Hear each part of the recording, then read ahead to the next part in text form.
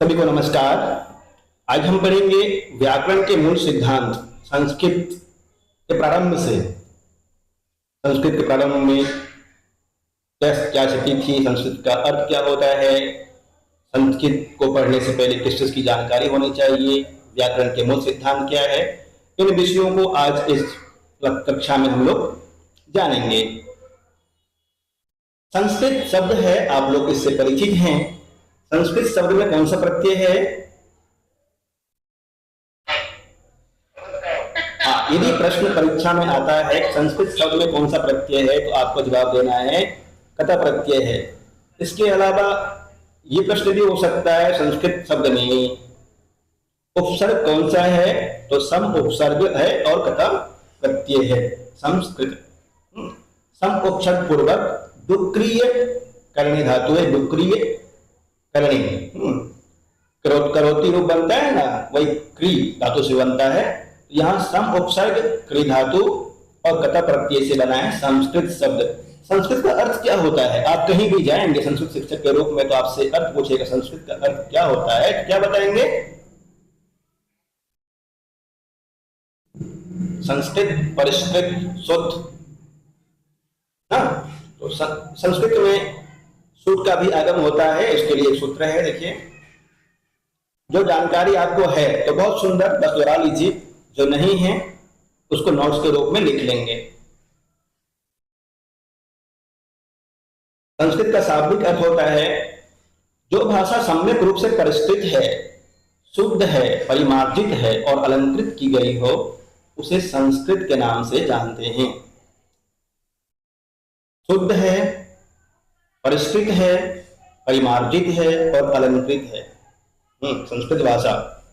यूं ही अधिकतर भाषाओं की जननी नहीं कही जाती है, इसके अंदर विशेषता है और वास्तव में इसने बहुत सारी भाषाओं को जन्म दिया है, तभी जननी कहलाती है। और बहुत सारी विशेषताएं हैं इसमें, अनेकों साहित्य है। संस्कृत भाषा को देववाणी का स्थान प्राप्त है, देववाणी। इसके लिए एक पद्य है, संस्कृतम नाम देवी वाद अन्वख्याता महर्षि भी। महर्षियों के द्वारा, पहले जो प्राचीन काल में महर्षि हुए थे, महर्षियों ने संस्कृत को देवी वाक, अर्थात देवी वाक मतलब देवताओं की वाणी कहा है। कहते हैं कि संस्कृत भाषा में जब मंत्र का उच्चारण करते हैं, संस्कृत भाषा में श्लोक का उच्चारण करते हैं, संस्कृत भाषा में बात करते हैं, तो देवता लोग प्रसन्न होते हैं। क्यों प्रसन्न होते हैं? क्योंकि ये उनकी वाणी है, उनकी भाषा है, इसलिए देवता लोग प्रसन्न होते हैं ना। होता है ना, कोई यदि अंग्रेज हो, अंग्रेज को अंग्रेज की भाषा में बात करके समझाए तो उसको लगता है कि ये तो मेरे अपने ही है। कोई यदि उत्कल प्रांत से हो तो उत्कल भाषा बोलने वाला मिल जाए तो बड़ा अच्छा लगता है। और बिहार का बाहर कहीं मिल जाए तो बिहार की भाषा भोजपुरी बोलते हुए मिले तो हमें अपने आप ही अच्छा लगता है। तो कोई न कोई कुछ इस तरह से कारण रहा होगा, तभी कहा गया है कि देवी वाक देवताओं की वाणी है। और देवताओं की भाषा संस्कृत में यदि हम उनको ध्याते हैं, उनकी प्रार्थना करते हैं, तो वे हमसे प्रसन्न होते हैं। देवी वाक किसको बोलते हैं? देवी वाक संस्कृत का ही अपर नाम है ना, देवी वाक। सुरभारती, सुरभारती भी संस्कृत को भी कहते हैं, संस्कृत को ही कहते हैं ना। भाषासु मधुरा मुख्या, तो विशेषताएं बहुत है संस्कृत में। इसमें किसी कवि ने कहा है, भाषासु मधुरा मुख्या, मुख्या मधुरा दिव्या गिरवान भारती, तस्याम ही काव्यम मधुरम तस्मादपि सुभाषितम। कई भाषाओं में मुख्य है, मधुर है, गिरवान भारती, इसको गिरवान भारती भी कहते हैं, ये भी ध्यान रखिएगा। तस्याम ही काव्यम मधुरम तस्मादपि सुभाषितम। कई भाषाओं में देववाणी अर्थात संस्कृत मुख्य, मधुर और दिव्य है, उसमें भी उसका काव्य मधुर है और काव्य से भी अधिक मधुर उसके सुभाषित अर्थात जो सुविचार है संस्कृत के, वे बड़े अच्छे हैं, जीवन को सुधारने वाले हैं, जीवन को सही रास्ते पे लाने वाले हैं। भाषासु मधुरा मुख्या दिव्या गिरवान भारती, गिरवान भारती का इसको बोलते हैं गिरिमान भारती, संस्कृत भाषा को। बहुत सुंदर। आगे इसमें देखिए कहा गया है कि व्याकरण शब्द है संस्कृत में। हमें शुरू में व्याकरण पढ़ना है ना। वेद के 6 अंग होते हैं, शिक्षा, कल्प, व्याकरण, निरुक्त, छंद, ज्योतिष। उसमें व्याकरण को मुख्य कहा गया है। षड्सु अंगेषु प्रधानम व्याकरणम और व्याकरण चक्रते यत्नः फलवान भवति। यदि आपका व्याकरण मजबूत है, व्याकरण में आपकी पकड़ अच्छी है, तो आप परीक्षा में सफल होंगे, सफलता का चांस ज्यादा रहता है। क्यों? क्योंकि व्याकरण से क्वेश्चन अधिक होते हैं और साहित्य जब पढ़ते हैं, साहित्य में व्याकरण की आवश्यकता होती है। व्याकरण को पहले हमें पढ़ना है, इससे पहले पढ़ाया गया है। जो भी पढ़े हैं आप लोग, साहित्य पढ़े हैं, व्याकरण पढ़े हैं, वैदिक साहित्य पढ़े हैं, अच्छी बात है, उनको दोहराते रहना है।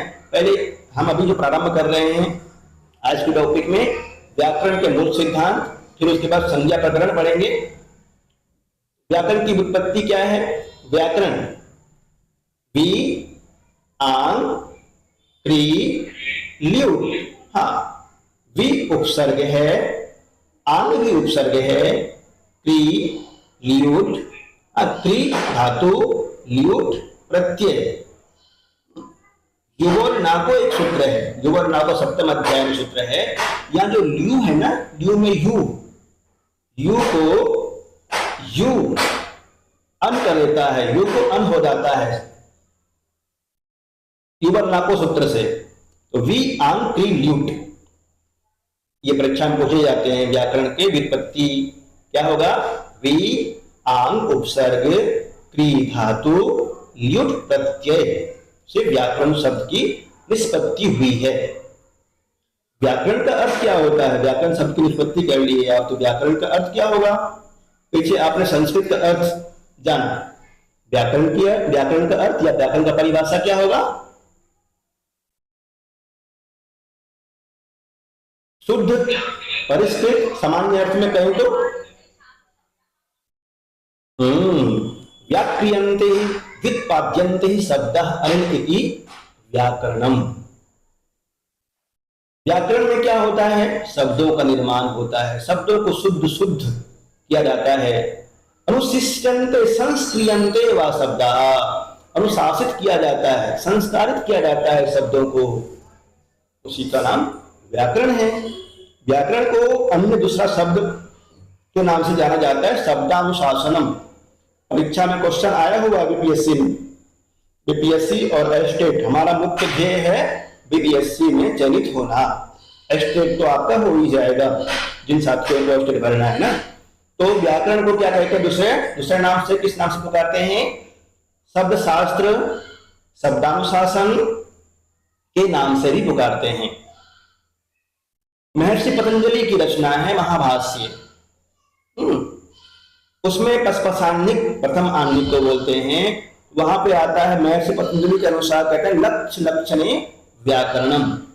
लक्ष्य लक्षणे, ये बहुत ज्यादा यूजीसी नेट में ये प्रश्न बहुत पूछता था पहले।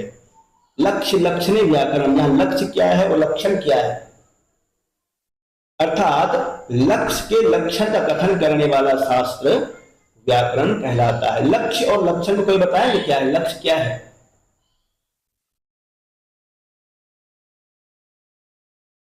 कल परसों कक्षा में मैंने पूछा था, परसों कक्षा में, कि काव्य शास्त्र और रूपक में क्या अंतर होता है? काव्य शास्त्र और रूपक में क्या अंतर होते हैं? चर्चा हुई थी ना। यहां पे आप बताइए लक्ष्य और लक्षण में क्या अंतर है? शब्द और सूत्र, ठीक है, आप बताएंगे शब्द और सूत्र में से शब्द क्या होगा? लक्ष्य होगा या लक्षण होगा? शब्द लक्ष्य होगा। बहुत सुंदर, लक्ष्य, क्योंकि शब्दों का निर्माण किया जाता है किसके द्वारा? सूत्र लक्षण बताता है, हाँ ये प्रत्यय होंगे, इस तरह से बनेंगे। मुख्य है लक्ष्य का लक्षण के द्वारा सिद्धि करना। वृद्धि आदेश आ की वृद्धि संज्ञा होती है, भागः त्यागः यागः इत्यादि। लक्ष्य लक्षणम व्याकरणम।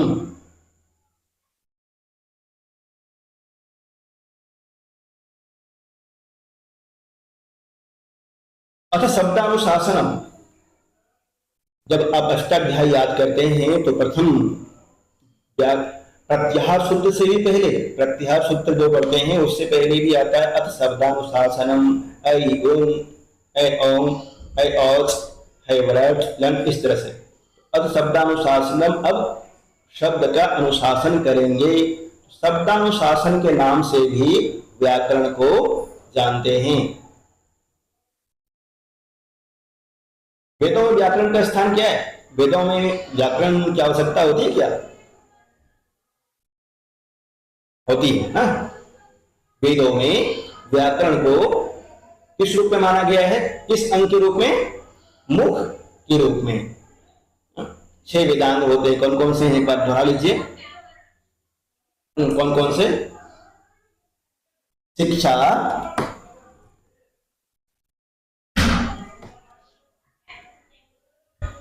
शिक्षा कल्प, शिक्षा कल्प, व्याकरण, निरुक्त, छंद, ज्योतिष, ये 6 वेद के अंग हैं। इसमें व्याकरण को मुख के रूप में, व्याकरण वेद पुरुष के मुख के रूप में स्वीकार किया गया है। तो वेदांत 6 होते हैं वेद के अंग, और मुख के रूप में, वेद पुरुष के मुख के रूप में व्याकरण को स्वीकार किया गया है।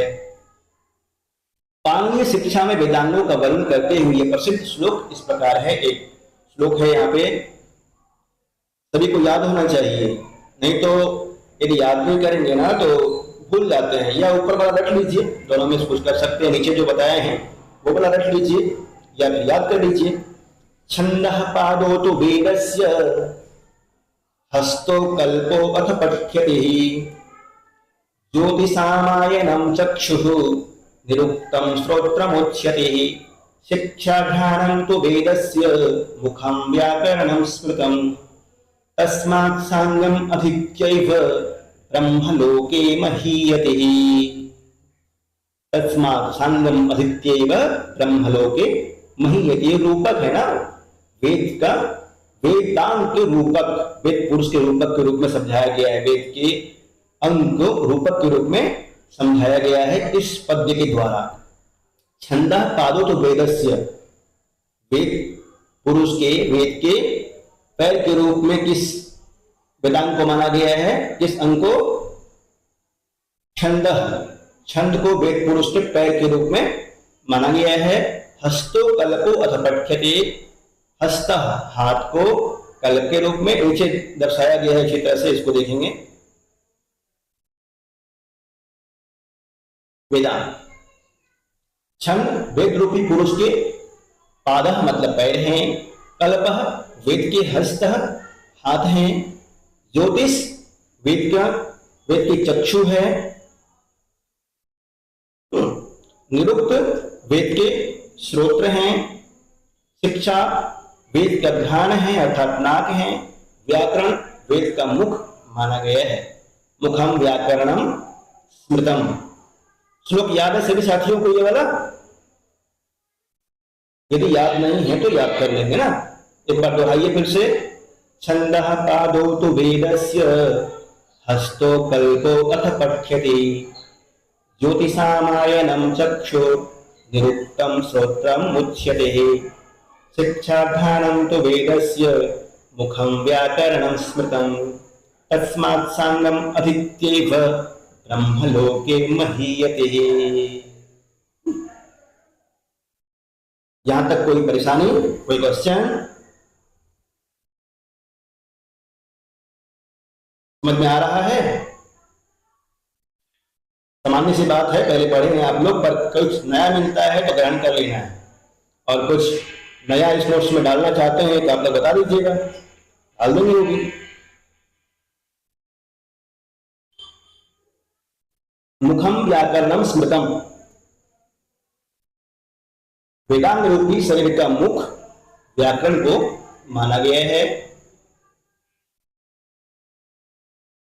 प्रधानम च षट्सु व्याकरणम, और 6 अंगों में अभी आपने पढ़ा शिक्षा कल्प व्याकरण निरुक्त छंद ज्योतिष, ये जो 6 अंग होते हैं उन सभी में वेदांगों को प्रधान माना गया है। प्रधानम च षट्सु अंगेषु व्याकरणम, और व्याकरणे सत्यतो यत्नः किम भवति, फलवान भवति, फलवान होता है वो, फल देने वाला होता है।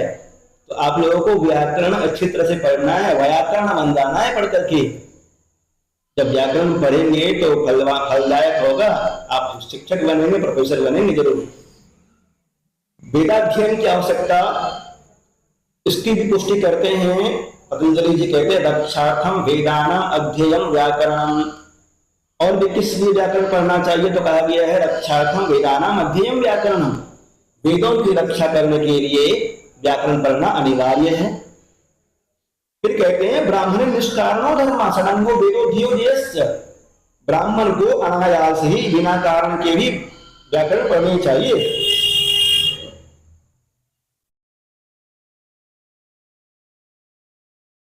जब व्याकरण पढ़ लेंगे तो क्या कहलाएंगे, व्याकरण। जब आप व्याकरण पढ़ लेंगे तो क्या कहलाएंगे, आपकी उपाधि क्या हो जाएगी, व्याकरण। आप तो व्याकरण हैं। व्याकरण को जो पढ़ता है ना, व्याकरण को जो जानता है या पढ़ता है, उसको बोलते हैं व्याकरण। व्याकरणम वेत्ति अधीते वा, जो व्याकरण को पढ़ता है, व्याकरण को जानता है, उसको व्याकरण कहते हैं। तो ये व्याकरण शब्द किस तरह से बना है, यदि गहराई से क्वेश्चन पूछे तो ये भी तैयारी कर लेनी है। अभी इस प्रसंग में है हम लोग। तो व्याकरण, व्याकरण शब्द बनता है, पहले ऊपर पढ़ के आए हैं। व्याकरण शब्द बनाइए तो ऊपर पढ़ के आए हैं, कैसे, कौन सी धातु है, क्या प्रत्यय है और कौन से उपसर्ग हैं। हाँ, वी आंग क्री ल्यूट, बहुत सुंदर, वी आंग क्री ल्यूट से बना था व्याकरण। अब बनाना है, व्याकरण से बनाना है हमें व्याकरण। यहाँ पे तद्धिते तद्धित सूत्र से अनप्रत्यय हुआ, और अनप्रत्यय हुआ, इसके बाद में आता है एक सूत्र है न यवाभ्याम प्रांताभ्याम पूर्वे तु ताभ्याम एच।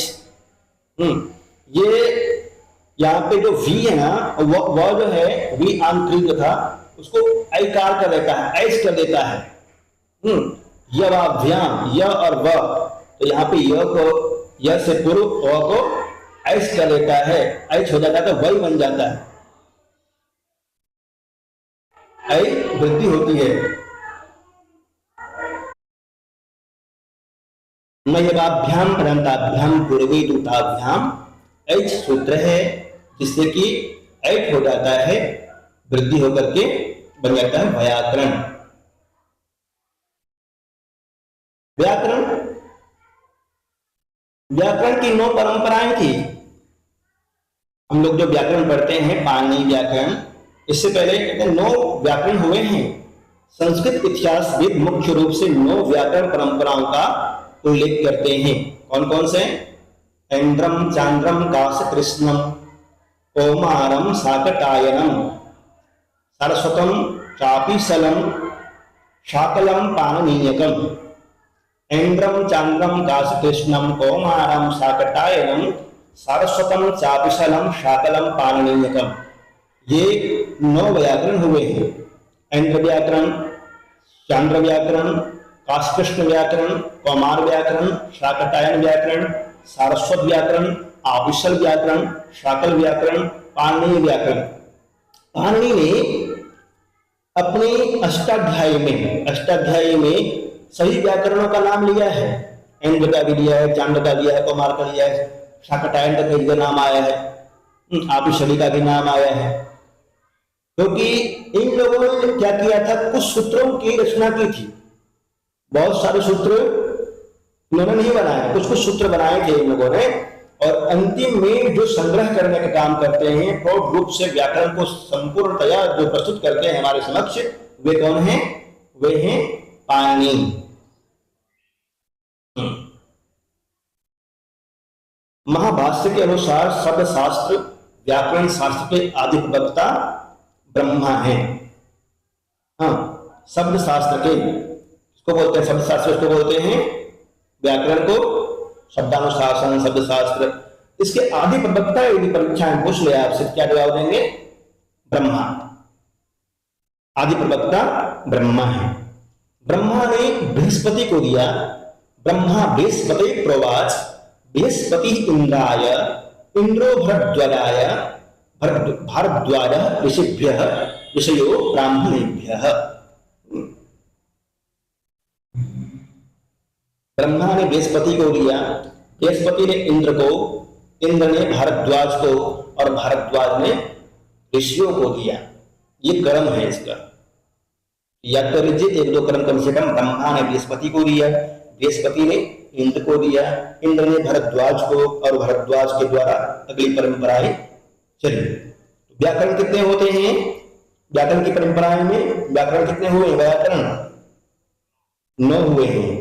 और जो परंपराएं चलती आई है शब्द शास्त्र की, आदि प्रवक्ता ब्रह्मा को माना गया है। उसके बाद ब्रह्मा ने बृहस्पति को दिया, बृहस्पति ने इंद्र को दिया, इंद्र ने भारद्वाज को दिया और भारद्वाज ने ऋषियों को।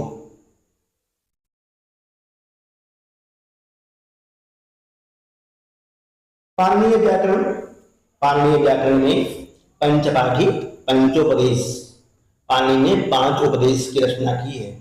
कौन कौन से हैं वे 5 उपदेश? जिनको याद है? जिनको याद है? अष्टाध्यायी, जिसको सूत्र पाठ बोलते हैं, धातु पाठ, गण पाठ, सुनादि पाठ तथा लिंगानुशासन। पंचोपदेश, जिसको पंचपाठी भी कहते हैं, यहाँ पे देखिए लिया हुआ है। जिनको याद नहीं है याद कर लीजिएगा, परीक्षा में कई बार पूछ लेता है पंचोपदेश में से नहीं है या पंचोपदेश हैं। सूत्र पाठ है, धातु पाठ है, गण पाठ है, उनादि पाठ है तथा लिंगानुशासन च इति पंचोपदेशाः पाणिनिना प्रोक्तम, पाणिनि के द्वारा प्रोक्त है। त्रिमुनि, 3 मुनि हुए हैं मुख्य रूप से हमारे, पाणिनि, कात्यायन और पतंजलि ना। पाणिनि, कात्यायन और पतंजलि। पाणिनि की रचना, मुख्य रचना जो है जिससे बहुत सारे शब्द बनते हैं, वो अष्टाध्यायी है। पाणिनि कब हुए हैं? इनका समय क्या था? 500 ईस्वी के आसपास कुछ लोग मानते हैं, 450, कुछ लोग 450 ईस्वी पूर्व के आसपास पाणिनि हुए। फिर कात्यायन, पाणिनि के अष्टाध्यायी के सूत्रों के जिसकी रचना नहीं हो पाई थी, कुछ शब्द ऐसे रह गए होंगे जिनके लिए सूत्र नहीं था, तो उसकी पूर्ति करने के लिए कात्यायन ने वार्तिक लिखा। इनका जो समय है 300 ईस्वी पूर्व से 350 ईस्वी पूर्व के आसपास माना जाता है कात्यायन का। और महर्षि पतंजलि इनका भाष्य, महाभाष्य, कितने आन्निक है इसमें? महाभाष्य में 84 आन्निक है कुल। महाभाष्य की रचना इन्होंने किया है और इनका समय 150 ईस्वी पूर्व के आसपास इनका समय है। तो 450, 300 और 150 ईस्वी के आसपास समय माना जाता है तीनों का, त्रिमुनि का। त्रिमुनि के नाम बताइए, तीन मुनि कौन कौन से हैं?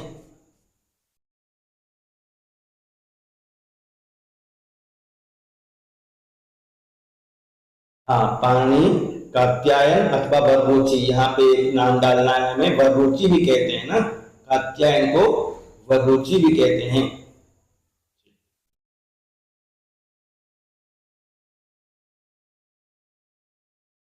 पाणिनि की रचना अष्टाध्यायी है और अष्टाध्यायी के विषय में आप अच्छी तरह से जान रहे हैं। अष्टाध्यायी को अभिज्ञ हो उससे। अष्टाध्यायी नाम ही पड़ा है, अष्टानाम अध्यायानाम समाहारः इति अष्टाध्यायी। 8 अध्यायों का समाहार है। कुल प्रत्येक अध्याय में 4-4 पाद है। कुल मिलाकर कितने पाद हो जाएंगे? 32 पाद, 8 अध्याय और 32 पाद। अष्टाध्यायी एवं मुनित्रय संबंधी महत्वपूर्ण तथ्य कुछ दिया गया है, यहाँ पे देखते हैं।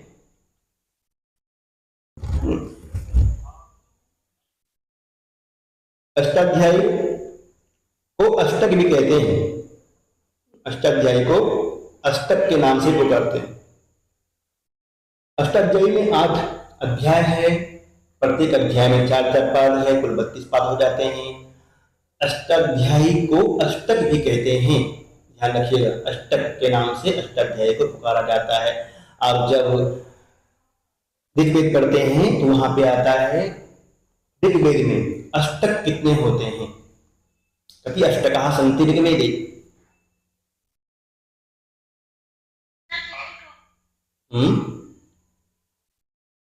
कुल कुल कितने अष्टक हैं ऋग्वेद में, ये प्रश्न पूछा जाता है। 8 अष्टक। कुल मिलाकर 64 हो जाते हैं। 8 अष्टक, वहां पे 8 अष्टक और 64 अध्याय है। सूत्र शैली में लिखा गया है, इनके जो 5 ग्रंथ सूत्र शैली में ही हैं। प्रथम सूत्र, अष्टाध्याय का प्रथम सूत्र बीपीएससी ने पहले पूछा है। अष्टाध्याय का प्रथम सूत्र कौन सा है? वृद्धिरादय, ठीक है। और अंतिम सूत्र है एक वृद्धिरादय जो सूत्र है, इसमें मंगलाचरण भी हो जाता है। मंगलाचरण कितने प्रकार के होते हैं? 3 प्रकार के। नमः आसी वस्तु निर्देश एवं, ना, नमः आसी वस्तु निर्देश एवं, नमस्कारात्मक, वस्तु निर्देशात्मक और आशीर्वादात्मक। यहाँ पे पाणिनि महोदय, पाणिनि जी क्या कहते हैं? वृद्धि शब्द का पहला प्रयोग करते हैं। और अगला सूत्र में देखेंगे तो अदंग गुण, गुण संज्ञा कर रहा है, परंतु गुण का नाम बाद में लिया है, परंतु इस सूत्र में वृद्धि शब्द का पहले प्रयोग किया है प्रथम सूत्र में।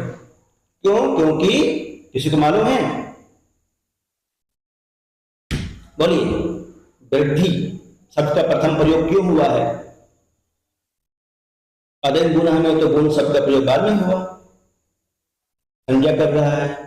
और भी संज्ञा सूत्र पढ़ते हैं तो अचो अंत्या टी संज्ञा, परस अन्यकर्ष संहिता, संहिता संज्ञा, परंतु यहाँ वृद्धि संज्ञा पहले क्यों हो गई? वृद्धि को पहले क्यों रखा? क्योंकि कहते हैं कि पाठकों की निरंतर वृद्धि हो। जो भी व्याकरण पढ़ने वाले हैं उनकी लगातार निरंतर वृद्धि ही वृद्धि हो, वो बढ़े, जीवन में आगे बढ़े। क्वेश्चन आ सकता है, तैयार रहिए। सामान्य से क्वेश्चन है पर हो सकता है। अंतिम सूत्र है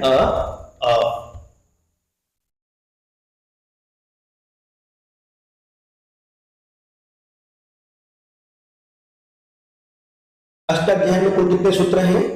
लगभग 4000 के आसपास। सिद्धांत चंद्रिका के अनुसार 3995 सूत्र हैं। निर्णय सागर संस्करण के अनुसार 3985 सूत्र है। तारानाथ वाचस्पति के अनुसार 3965 सूत्र है। सामान्यतः अष्टाध्यायी में 4000 सूत्र है। हमने जो याद किया था अष्टाध्यायी को, उसमें 3975 सूत्र थे। बहुलम छंदसी एक सूत्र है, 11 बार आते हैं ये सूत्र। बहुलम छंदसी सूत्र 11 बार आता है अष्टाध्यायी में। धातुएं पाणिनीय धातु पाठ में लगभग 2000 धातुएं परिगणित हैं। 2000 धातुओं